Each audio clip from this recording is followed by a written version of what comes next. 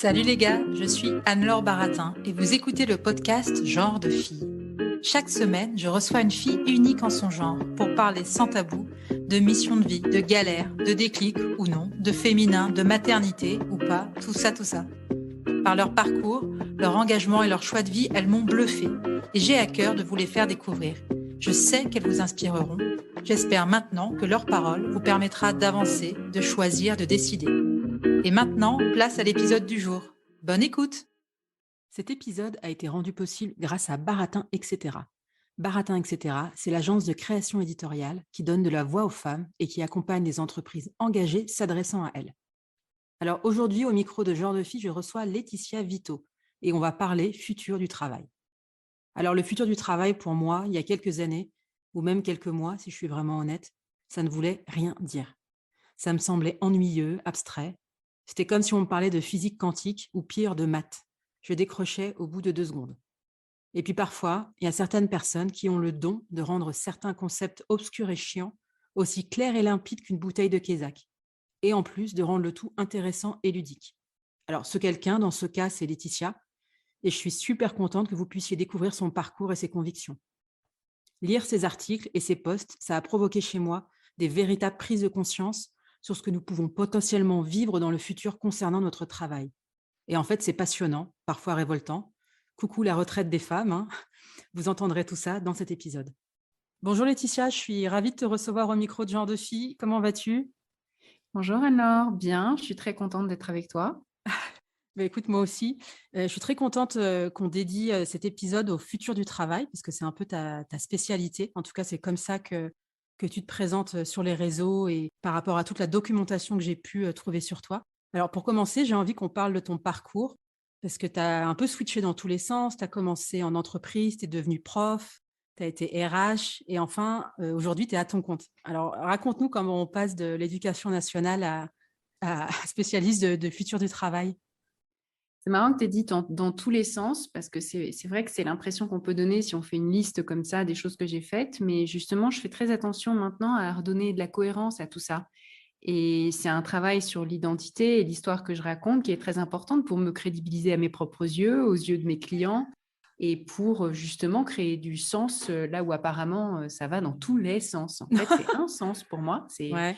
mon parcours, ma vie, et je trouve ça, voilà, je trouve ça intéressant parce que c'est vraiment une chose qu'on peut dire aussi à des gens qui switchent, qui ont des parcours comme ça apparemment bizarres, qu'en fait, ce qui est important, c'est de tracer un fil, c'est de raconter une histoire, c'est de comprendre ce qui t'amène d'un endroit à un autre. Et c'est cette histoire-là qui est le travail de ton identité et qui est très important quoi que tu fasses en fait. Donc, je vais faire l'histoire très rapide, mais Non, justement vas-y. avec la cohérence, pour pas que ça paraisse comme quelque chose de complètement incohérent. J'étais une bonne élève, j'aimais beaucoup l'école et donc j'ai été amenée, sans vraiment réfléchir sur une voie toute tracée qui était de faire une grande école, enfin de faire une classe préparatoire puis une grande école.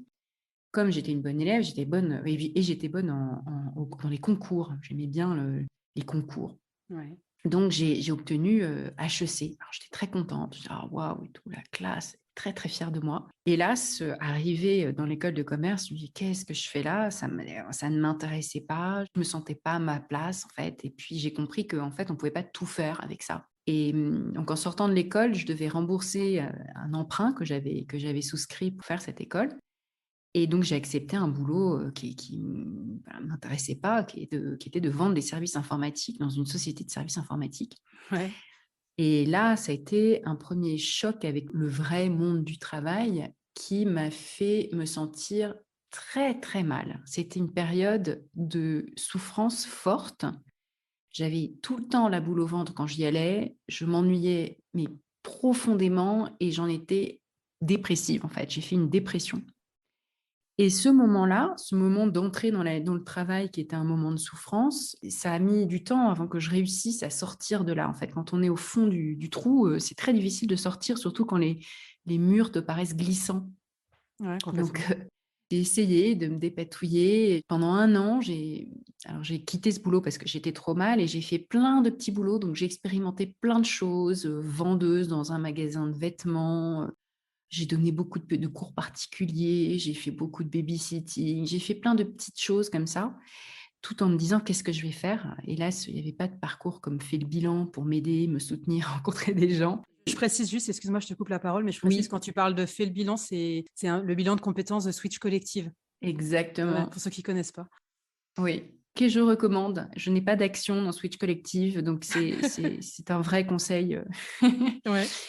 Donc rien de tout ça n'existait et j'ai tout remis en question et je me suis dit: «Qu'est-ce que j'aime?» Donc j'ai fait un petit bilan quand même de moi-même à ce moment-là et je me suis dit: «J'aime l'école» et comme j'aime l'école et j'aime les concours, j'ai pris la décision de passer un concours pour devenir enseignante. C'est comme ça que j'ai passé l'agrégation d'anglais et que je suis devenue enseignante et là j'ai recommencé à créer de la cohérence dans le parcours en disant: «Ah mais j'ai l'agrégation et j'ai fait une prépa HEC et une grande école. J'ai envie d'enseigner en classe préparatoire parce que je serai mieux armée pour aider les étudiants à se diriger dans l'univers qui est le leur, sachant que je suis passée par le même parcours qu'eux assez vite. Est-ce que tu leur as dit, ne fantasmez pas trop sur HEC, c'est pas ce que vous croyez? Alors, non, parce que c'était pas du tout ma place de dire ça, ni de cracher dans la soupe. En revanche, je détectais très facilement les étudiants et les étudiantes qui me ressemblaient. C'est-à-dire qui aimaient bien la prépa, qui étaient intellectuels et qui savaient pas trop ce qu'ils voulaient faire en se disant: «Bon, bah, je suis là, mais après je pourrais faire tout ce que je veux». Enfin, je les sentais, il y avait comme ça plusieurs signaux qui me permettait de voir, ah, en voilà une autre ou en voilà un autre qui va avoir des déconvenues en arrivant Ouais. en école de commerce. Et du coup, j'avais à cœur de leur expliquer en quoi ça consistait, d'aller, pas en portant un jugement dessus, hein, mais de leur dire, voilà, c'est très différent, il faut quand même avoir déjà une idée de la manière dont tu pourras, de ce que tu auras envie de faire, dans l'école de commerce, même si c'est pas une idée très précise d'un poste qu'on veut avoir après, mais quand même une idée de différents parcours qu'on peut imaginer faire et Ouais. souvent ils ignoraient complètement, d'abord les disciplines qui étaient enseignées, ce qu'on y faisait et cetera. C'était vraiment très, très vague pour eux parce qu'ils s'étaient comme moi, ils s'étaient laissés entraîner sur des rails. Donc c'est vrai que ça a été quand même, très précieux parce que j'ai beaucoup coaché les étudiants dans la préparation au concours, dans la préparation en fait plus qu'au concours, dans la préparation à la vie qui allait suivre derrière. Donc justement au-delà du concours. Donc, à raconter leur, histoire, à préparer des entretiens, à parler d'eux, voilà, toutes ces compétences comme le storytelling personnel, déjà, j'avais je m'étais beaucoup intéressée à ça et en dehors de mes cours, je faisais beaucoup de choses comme ça. Je les accompagnais, dans d'autres dimensions que la dimension purement académique. Donc j'ai adoré faire ça, j'ai fait ça une dizaine d'années, presque 10 ans. Ouais. Bah, au bout d'un moment, en fait, 10 ans, c'est quand même une belle tranche de vie. J'ai eu envie de faire autre chose. Et là, à nouveau un mur. Qu'est-ce que je vais faire? Où je vais? Les mêmes questions finalement sur voilà, qu'est-ce que le travail? Comment on peut le faire? Ou comment est-ce que je peux me reconvertir? Enfin, à nouveau, presque la même chose qu'avant de devenir enseignante. Et là, les difficultés étaient différentes parce que j'aimais bien ce que je faisais. Donc, j'avais pas d'urgence à quitter mon métier, mais je voyais le temps passer et je me disais, voilà, je vais me retrouver à plus de 60 ans avec des élèves qui ont toujours le même âge. Et moi, je serais passée à côté de ma vie. L'impression que j'ai pas vécu assez de vie, pas assez d'aventures. Enfin, c'est tellement répétitif que le temps semble passer très, très rapidement, ce qui est un peu paradoxal. En fait, j'ai compris que ça allait être très difficile parce que le monde du travail, enfin, le monde des entreprises ne regarde pas du tout les enseignants comme un vivier potentiel dans lequel recruter des candidats intéressants. Mais l'enseignant, c'est à part et c'est des compétences qui ne sont pas valorisées, alors que quand on regarde dans le détail, bien sûr que c'est des choses qui servent dans plein d'autres métiers.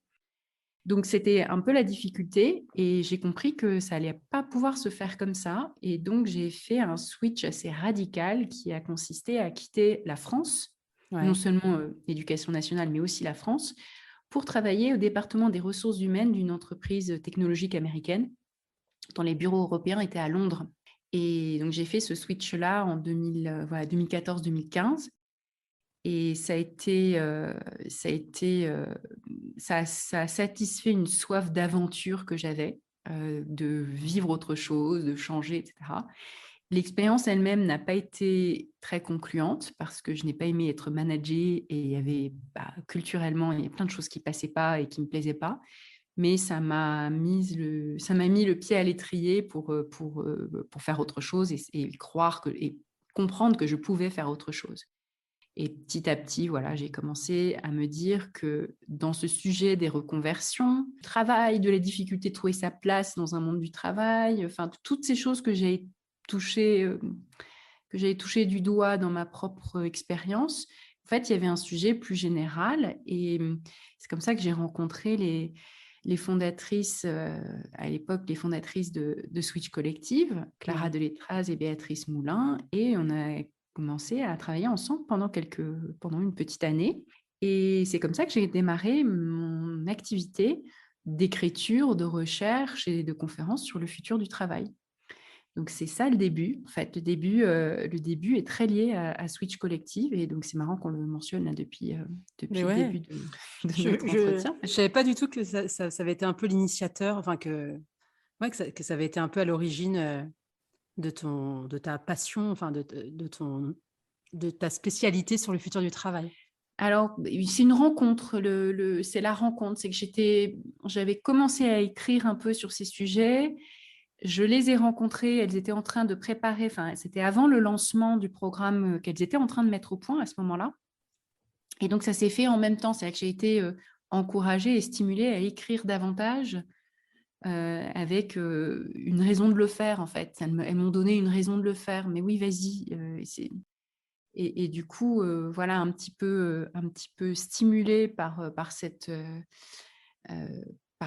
bonne raison de le faire qui était la création de Switch Collective, j'ai commencé à écrire davantage. Et puis petit à petit, en fait, j'ai écrit beaucoup plus et c'est d'autres entreprises qui se sont tournées vers moi pour des articles sur le futur du travail. Et donc, assez rapidement, j'en ai eu d'autres. Ça a été l'autre premier gros client, c'était sur le sujet du freelancing, c'était la plateforme Malte. Ouais.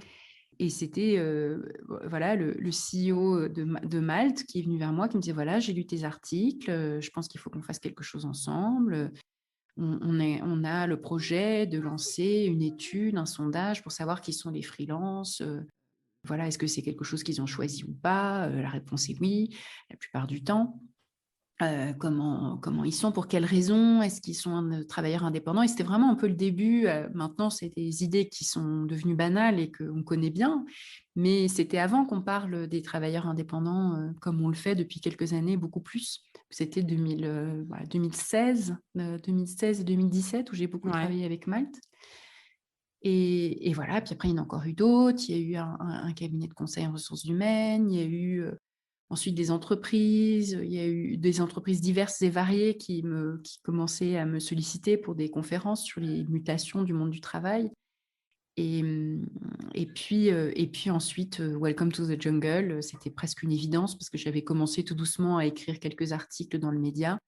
Et du coup, j'ai accepté assez facilement et naturellement de jouer un rôle plus important dans le média Welcome to the Jungle, qui lançait beaucoup plus de contenu à destination des entreprises, des professionnels des ressources humaines, pour qu'ils puissent mieux appréhender un monde du travail en mutation et mieux recruter, mieux manager, voilà, mieux intégrer des nouvelles recrues dans leurs équipes. C'était toutes sortes de sujets comme ça qui sont pas uniquement du point de vue des travailleurs ou des candidats, mais aussi de ceux qui cherchent à les recruter et à les séduire. D'accord. Comment tu juges, toi, l'entreprise en France en 2021, en post-confinement? Ça va être quoi les défis des entreprises pour les années à venir? Les entreprises, après la pandémie, elles sont aujourd'hui dans une période où tellement de choses sont en train de changer et le marché est tellement en tension par plein de dimensions que c'est encore difficile de voir comment les choses vont se stabiliser et voilà, dans la durée. C'est qu'en fait, on est encore en pleine tempête. Ouais. La poussière n'est pas retombée, la tempête n'est pas terminée. Et c'est du coup pas si facile de voir ce qu'il en restera. Ce qui est certain, c'est que en ce moment, les travailleurs sont dans une position où ils ont beaucoup plus de pouvoir, ils ont un rapport de force qui leur est beaucoup plus favorable.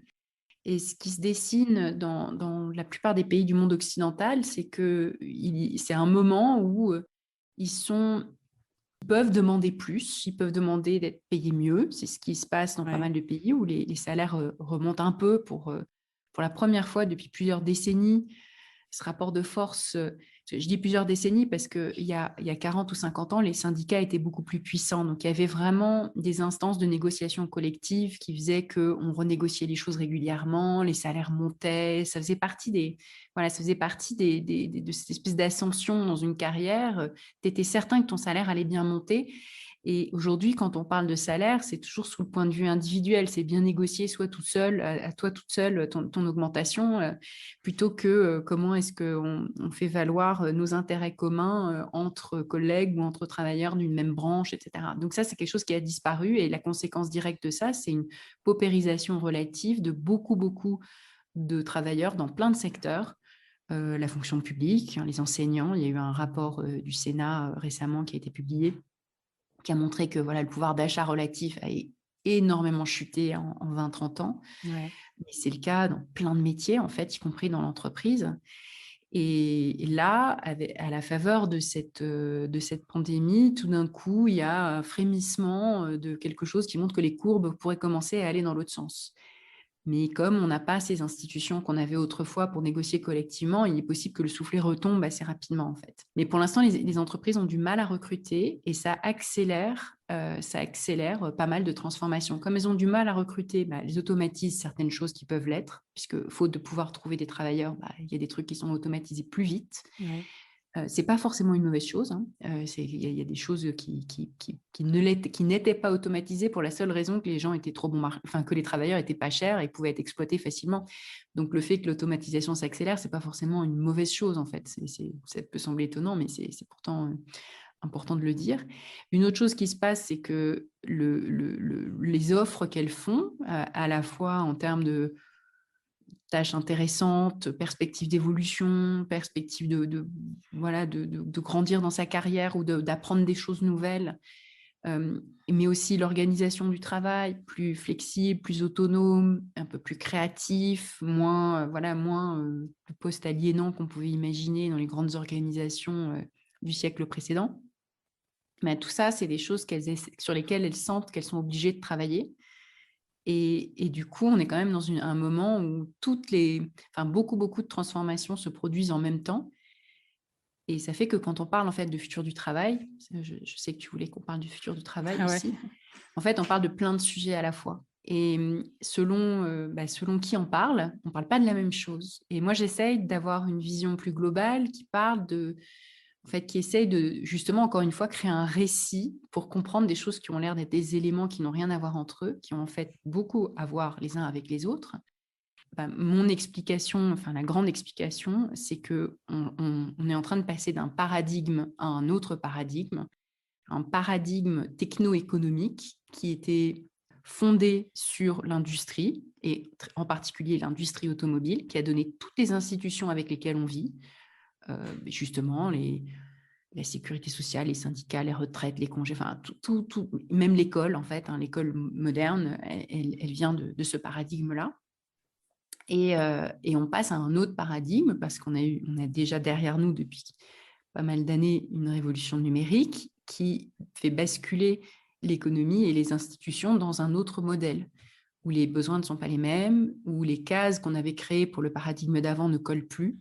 Et il y a tellement de cases qui ne collent plus. Un exemple de cases qui ne collent plus, c'est la protection sociale. C'est par exemple le fait qu'il y ait de plus en plus de gens qui passent entre les mailles du filet, des gens qui sont aliénés, qui sont très dépendants d'un donneur d'ordre, mais qui n'ont pas d'assurance chômage comme les salariés d'antan, ou bien des gens qui ont une fiche de paye, mais la paye est trop basse, ou bien c'est un CDD, et donc ils n'ont pas accès au logement, parce qu'ils ne peuvent pas prouver qu'ils pourront payer leur loyer demain.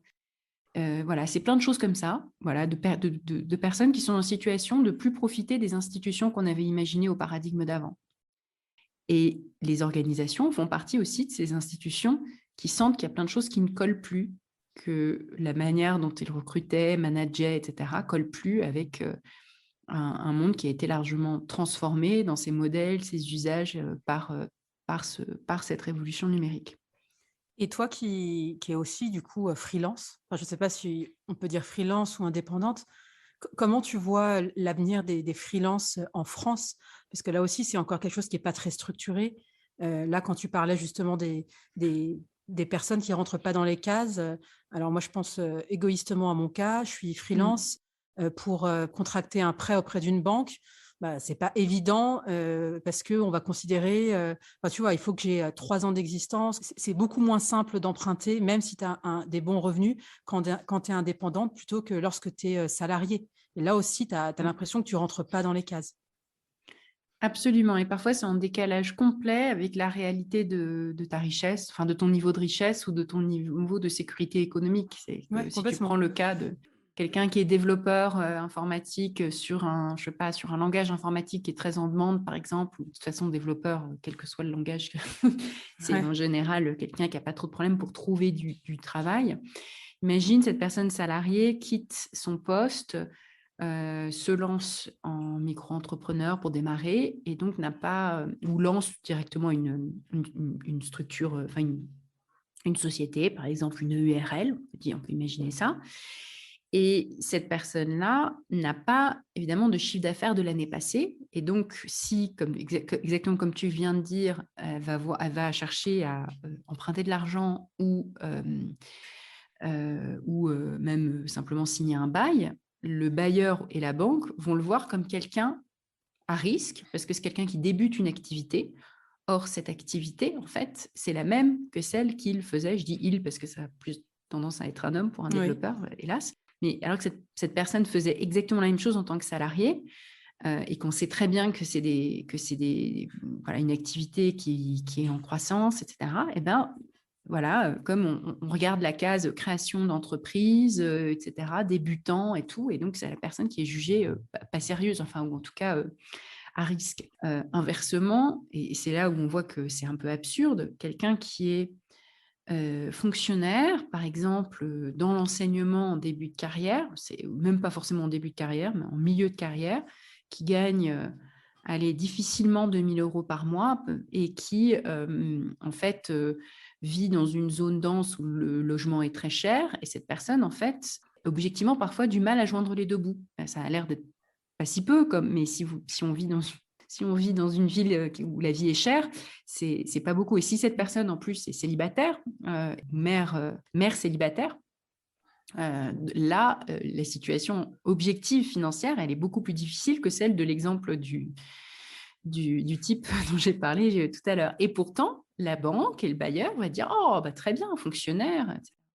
Or, cette personne, enfin la femme en question, dans mon exemple, elle est beaucoup plus précaire, elle a beaucoup plus de chances de ne pas pouvoir payer son loyer s'il arrive quoi que ce soit, un accident de la vie, parce que, elle est en flux tendu, quoi. Et donc en fait, c'est complètement absurde et c'est pour l'instant un énorme blocage. Mais moi, je suis convaincue qu'il y a beaucoup de choses qui vont évoluer. D'abord parce qu'on en parle beaucoup plus du sujet et donc ça fait évoluer, un peu les cases, les catégories et les discussions sur le sujet. Pendant la pandémie, on a créé un fonds de solidarité qui s'adressait aux travailleurs indépendants. En fait, on a cassé le tabou des allocations chômage pour les travailleurs indépendants. Ça, c'est quand même une petite Ouais, c'est vrai. révolution quand on y pense, même si c'était provisoire et tout. Enfin, tout d'un coup, on en a parlé. L'autre chose qui se passe, c'est qu'il y a beaucoup de sociétés d'assurance, de banques, etc., qui se rendent bien compte que c'est quand même un public important, que parmi les travailleurs indépendants, il y a des gens aisés qui vont souscrire des contrats d'assurance ou bien qui vont avoir des revenus importants, donc qui sont les clients potentiellement intéressants pour eux. Et ça, c'est une prise de conscience qui quand même monte en puissance. Et il y a des tas de voilà, des entreprises, des startups comme Shine, comme WeMind et tout, qui ont vraiment beaucoup fait pour faire avancer la cause des freelances, avec un intérêt évidemment, qui était Ouais. la croissance de leur propre activité, mais n'empêche, ils ont fait du bruit autour de ça. Et du coup, d'autres grands acteurs de l'assurance, de la banque et tout, commencent à se réveiller, ou même, enfin, ça fait déjà un moment qu'ils commencent à se réveiller. Donc tout ça, c'est en train de changer. Il y a la création du syndicat indépendant.co qui a aussi beaucoup fait parler du sujet. Et, et du coup, je suis assez convaincue qu'en fait, les instruments qu'on utilise pour mesurer la solvabilité des individus, c'est-à-dire savoir s'ils vont pouvoir payer leur loyer ou pas, sont en train d'évoluer. Donc, c'est Ben oui, en effet, le chiffre d'affaires, c'est très pertinent. Oui, en effet, l'activité, ça compte. Oui, en effet, les sollicitations sur LinkedIn, ça fait partie des choses qui peuvent être prises en compte pour mesurer, évaluer en fait ta crédibilité professionnelle. Et je pense qu'il y a plus beaucoup de gens maintenant, même bailleurs dans une grande ville, qui vont pas regarder, qui vont pas googler le nom d'un individu pour voir ce qui sort, quoi. Ouais. Et du coup, c'est comme déjà un petit peu un changement de modèle.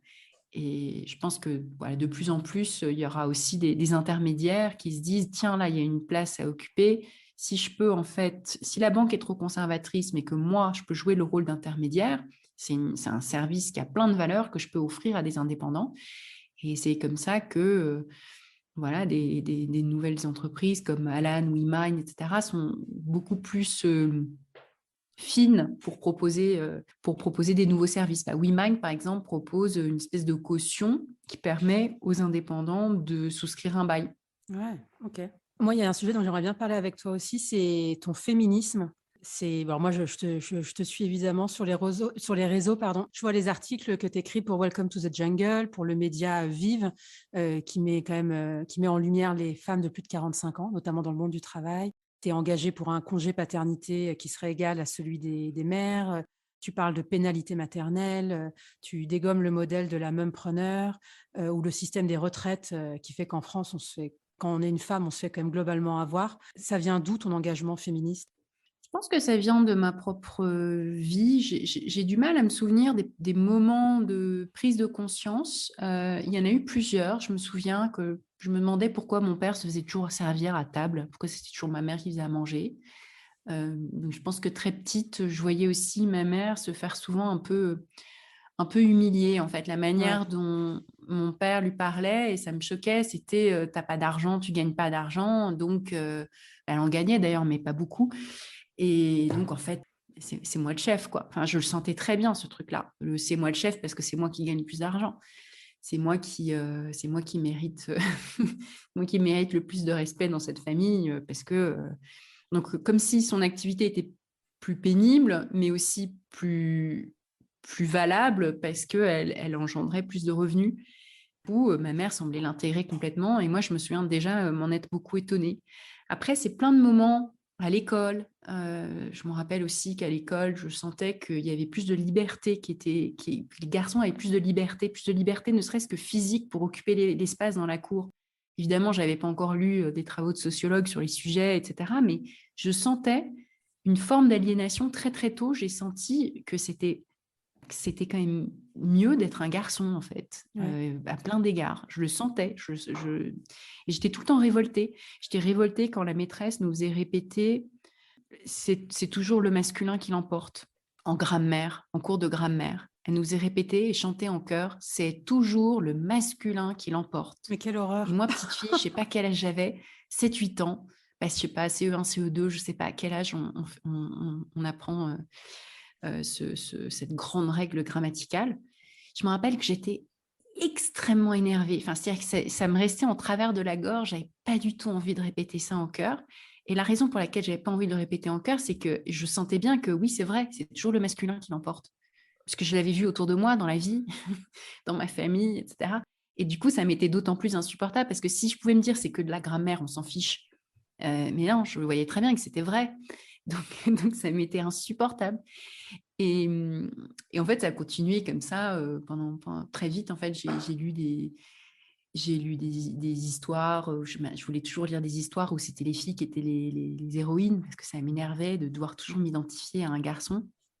Et quand on regardait des films d'action enfants, je voyais que toujours les aventures, les trucs les plus chouettes à vivre, c'était toujours des personnages masculins. Et les filles, elles étaient là pour faire joli, pour accompagner, pour être un peu la neuneu de service, pour mettre en valeur le personnage masculin. Et je me rappelle, ça m'énervait déjà énormément. Et du coup, dès qu'il y avait une histoire dont la fille était l'héroïne et qui n'était pas une histoire de princesse, je me jetais dessus avec énormément de plaisir.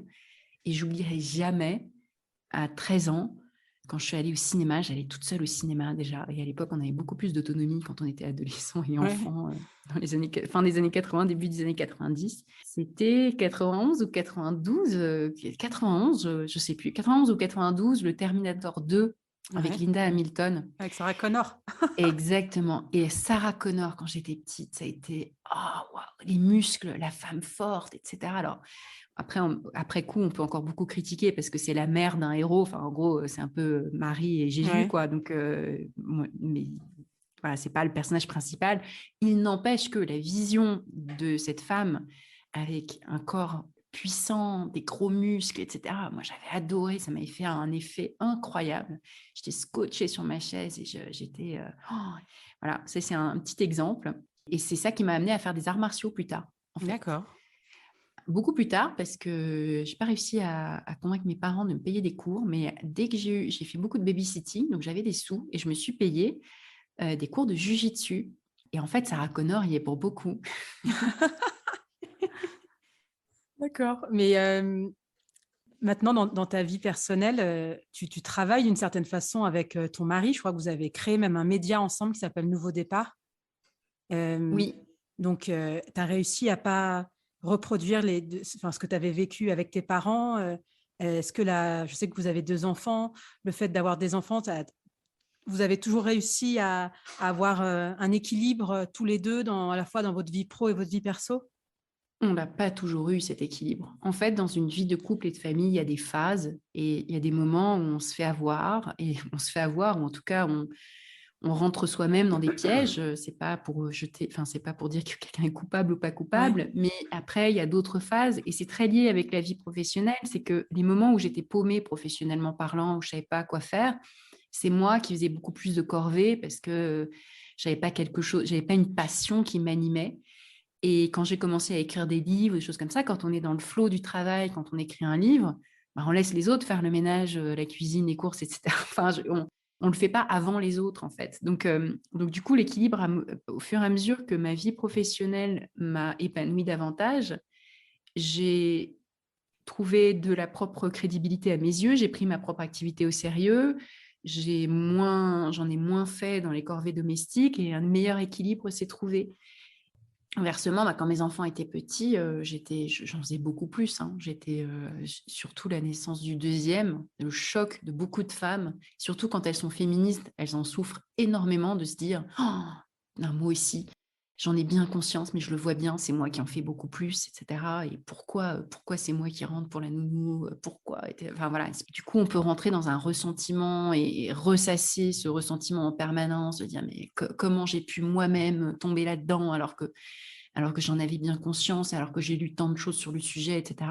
En fait, je pense que c'est pas grave, il faut dédramatiser aussi. Et effectivement, il y a des petites choses à faire quand on est en période de transition professionnelle ou quand on est peut-être plus en difficulté, d'abord de se faire accompagner, de se faire aider, de prendre très au sérieux, toujours prendre très au sérieux sa vie professionnelle, de prendre en compte la carrière dans sa globalité, c'est-à-dire éviter trop d'interruptions, éviter trop du temps partiel. Enfin, je dis éviter, après, ce n'est pas une vérité Ouais. générale pour tout le monde. Et les gens ne peuvent pas faire autrement et c'est comme ça. Mais souvent, on a une vision très court-termiste qui est de dire, voilà, bon, mon revenu aujourd'hui, c'est, je sais pas, 1 900 euros. La nounou, ça me coûterait tant. Donc, le gain marginal est trop faible. Donc, je vais plutôt être à temps partiel ou pas travailler du tout. Or, cette décision, dans certains cas, pas toujours, c'est pas la bonne parce qu'il faudrait regarder les gains tout au long de ta carrière parce que dans certains cas, une interruption ou un passage à temps partiel va freiner durablement ta carrière et donc t'empêcher de gagner plus demain, après-demain et dans 10 ans. Et du coup, ça, c'est le calcul à avoir un peu comme dans des logiques financières de long terme, qui est qu'on doit prendre en compte aussi les revenus futurs, la carrière dans sa globalité et pas uniquement le gain ou la perte marginale que représente le fait de se payer une nounou ou une babysitter maintenant. Et parfois, c'est un pari. Et le fait de se payer les services de quelqu'un d'autre, c'est peut-être qu'en fait, ça ne vaut pas la peine, mais c'est un pari et c'est un pari qui est pris à deux et pas à soi tout seul, parce que c'est le foyer qui doit le payer, pas uniquement la mère. Parce que l'enjeu, c'est pas en fait de trouver Quand tu fais ta vie avec quelqu'un, c'est trouver la personne qui va te soutenir et qui va comprendre que ta carrière est aussi importante que la sienne. Alors, absolument, c'est ce que c'est ce que disent la plupart des gens qui ont des conjoints dont elles sont contentes, conjoints qui peuvent être d'ailleurs aussi du même sexe. Grande question, est-ce que les couples du même sexe évitent tous les pièges dans lesquels tombent les couples hétérosexuels? J'en sais rien, j'ai pas Ouais. d'études là-dessus, c'est possible. Mais ça suffit, enfin, ça ne suffit pas parce que finalement, il faut regarder au-delà du couple. Il faut regarder au-delà du couple l'ensemble du réseau qui peut t'aider, te soutenir. C'est tes parents, c'est tes frères et sœurs, c'est tes voisins, c'est une communauté. Pas oublier qu'en fait, il faut un village pour élever des enfants. Puis il y a quand même beaucoup de femmes qui ont des enfants toutes seules ou qui divorcent et se retrouvent mères célibataires. C'est tellement de monde qu'il faut arrêter de toujours raisonner exclusivement dans le cadre d'un couple hétérosexuel où il se dit il faut trouver un prince charmant encore plus charmant qui me soutient, etc. Parce que ça suffit pas en fait, même si on peut avoir la chance d'avoir un prince ou une princesse charmante, mais en fait, ça va bien au-delà du couple. C'est un sujet qui est politique. Le fait, par exemple, d'avoir assez de place en crèche dans une société, il faut militer, il faut en parler, il faut en faire un sujet politique, dire aux candidats à la présidentielle, qu'est-ce que vous faites pour la petite enfance, comment est-ce que vous soutenez les mères célibataires, justement. Est-ce que tu es confiante, toi, par rapport à... Je veux dire, je sais que tu fais pas mal d'interventions en entreprise, donc tu as été RH en plus, donc, mais tu rencontres des RH, tu rencontres des dirigeants d'entreprise. Donc là, ce n'est pas forcément au niveau politique, mais est-ce que tu es confiante, toi? Est-ce que tu penses que l'entreprise, elle va enfin prendre en compte cette parentalité en entreprise? Est-ce que les choses, elles sont en train de changer? Quand même, oui, de manière très hétérogène, parce qu'il y a beaucoup d'entreprises qui tombent dans ce féminisme corporate qui consiste à se dire, du moment qu'on a quelques femmes au board, quelques femmes au conseil d'administration, tout va bien. Et puis en réalité, au bas de l'échelle, la vie est très dure pour les femmes. Et puis il y a un problème de monter l'échelle pour beaucoup de femmes. Donc là, du coup, ça, c'est pas la solution. Mais sur le sujet du congé paternité, il y a beaucoup d'entreprises qui en parlent. Sur les sujets, finalement, de toutes ces manières dont la vie privée et les tâches parentales concernent la vie professionnelle, quand même, les périodes de confinement qu'on a vécues ont été une prise de conscience énorme. Il y a plein de gens qui ont fait mine tout d'un coup de découvrir que 2/3 des corvées domestiques sont assurées par les femmes. 70% des tâches parentales sont assurées par... dis donc. Il y en a qui pensaient non, mais les jeunes générations, ça change et ça. Là, tout d'un coup, il y a une vraie prise de conscience. Donc, c'est à la fois... comment dire, ça invite au pessimisme parce que se dire qu'en fait ça n'a pas beaucoup évolué, ça rend pas, c'est pas très positif. Mais ce qui invite à l'optimisme, c'est la prise de conscience qu'il y a derrière, les leçons qu'on en tire sur des idées et des mesures très concrètes, comme le fait de prôner le congé parental à égalité avec le congé du second parent à égalité avec le congé du premier parent. Les papas ou les secondes mères qui s'arrêtent tout aussi longtemps, qui sont rémunérés et le congé est obligatoire. C'est des sujets sur le rôle que joue à la fois le public, mais aussi l'entreprise dans la garde des enfants. Parce que si tes enfants ne sont pas gardés, tu ne peux pas travailler pareil. Non. Et ça, on l'a vu en confinement. Les gens en télétravail, quand on leur disait « Bon, mais ça va, tu es en télétravail, tu peux travailler. » Oui, mais si on a des enfants de 3 ans en télétravail, on est interrompu en permanence. Ce n'est pas possible. Et puis, il faut bien s'en occuper de ces enfants, les pauvres, sinon. Donc, ça ne marche pas, en fait. C'est impossible. Et ça, je pense quand même qu'il y a beaucoup d'entreprises qui ont pris les devants, qui ont un rôle, qui ont pris conscience aussi qu'il y avait un sujet d'organisation du travail, que le présentéisme, c'était durable, c'était un problème qui provoque des inégalités très durables parce qu'on n'est pas à égalité devant le présentéisme. Donc, je suis plutôt optimiste quand même sur pas mal de prises de conscience et des choses qui peuvent évoluer, mais pas naïve non plus. Je ne pense pas que ça va se faire tout seul. Je pense qu'il y a beaucoup de combats à mener.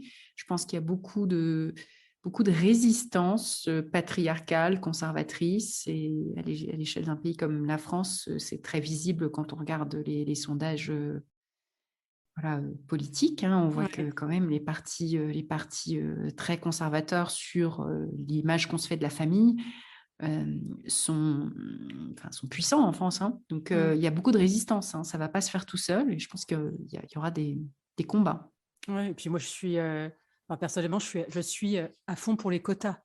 En tout cas, parce que je pense que je ne sais plus, c'était il y a 10 ou 15 ans, où je pense que j'avais la discussion avec mes parents, ou peut-être que j'avais encore le point de vue de dire, enfin, en tout cas, plus mes parents avaient le point de vue de dire non, mais il ne faut pas forcer. Et en fait, tu te rends compte, bah si, en fait, il y a un moment, quand les choses ne changent pas, et bah si, il va falloir mettre des quotas. Et tu regardes la loi Mm. La loi Copé-Zimmermann, qui est Oui, passée, je qui a crois, fêté ses ouais, 10 ans. exactement. Et c'est vrai, tu as raison, il y a 10 ans, les quotas étaient encore relativement tabous et beaucoup de gens étaient contre. Aujourd'hui, peu de gens sont contre. Enfin, les proportions se sont inversées, ça a fait ses preuves. Je Exactement. pense que ça pourrait se généraliser, y compris dans les instances dirigeantes, le COMEX, etc. Ça ne va pas être uniquement avec les conseils d'administration. On va petit à petit se faire à cette idée des quotas. Et ça, c'est en train de changer parce que l'index d'égalité, pardon, impose aux entreprises de compter les choses là où avant on fermait les yeux de manière habile sur Ouais.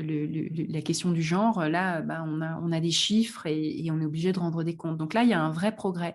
Mais les quotas, c'est très bien, évidemment, je suis totalement pour, mais ça ne concerne en fait qu'une très, très, très petite minorité de femmes qui arrivent à des positions de pouvoir. Donc, c'est Ouais. très bien qu'il y en ait. Évidemment, il faut des rôles modèles, il en faut plus. Il faut que que le pouvoir soit partagé.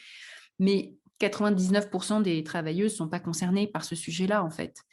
Elles sont concernées par le sujet de comment je fais garder mes enfants, comment est-ce que concilier ma vie, comment j'arrive à ne pas me faire harceler au travail. Enfin, c'est des choses beaucoup plus basiques, en fait. Ouais, ouais, complètement. Ouais, mais ouais, il y a du travail, il y a du boulot à faire. J'espère que tu arrives à avoir une une influence concrète quand tu rencontres ces entreprises et que ça les fait bouger. J'espère de tout mon cœur. Ouais, j'espère. Tu vois, il y a la vision très critique, comme Léa Lejeune qui parle de féminisme washing et qui dit oh oui, de toute façon, maintenant, toutes tiennent des discours parce qu'elles se rendent bien compte que c'est dans le vent, mais en fait, il n'y a rien derrière. C'est vrai qu'il y a du washing, comme il y a du greenwashing, comme il y a du social washing, enfin voilà, et bien sûr. Mais le fait qu'elles se sentent obligées de tenir des discours comme ça, c'est quand même le signe derrière que la culture change. Et bien sûr, parfois, il y a mensonge, mais quand il y a mensonge et que le mensonge est révélé, ça l'affiche mal. Et le fait qu'il y ait des choses qu'on ne puisse plus dire ou faire, pour moi, c'est quand même le signe d'une évolution positive. Ouais, complètement. Laetitia, on va passer aux petites questions de la fin. Alors, je ne sais pas si tu connais Annick Cogent, qui est journaliste au Monde et qui fait des portraits de femmes assez régulièrement. Elle pose souvent cette question, ça a même donné un livre. Elle demande aux invités de compléter la phrase « Je ne serais pas arrivée là si ». Alors, à ton tour, Laetitia, de compléter cette phrase. Tu peux me laisser quelques secondes pour y réfléchir? Oui, oui, vas-y, réfléchis. Je ne serais pas arrivée là si je n'avais pas passé du temps avec ma grand-mère, qui était une femme avec des ovaires en béton. C'est l'équivalent féminin des couilles en béton. Ouais, j'avais C'était compris.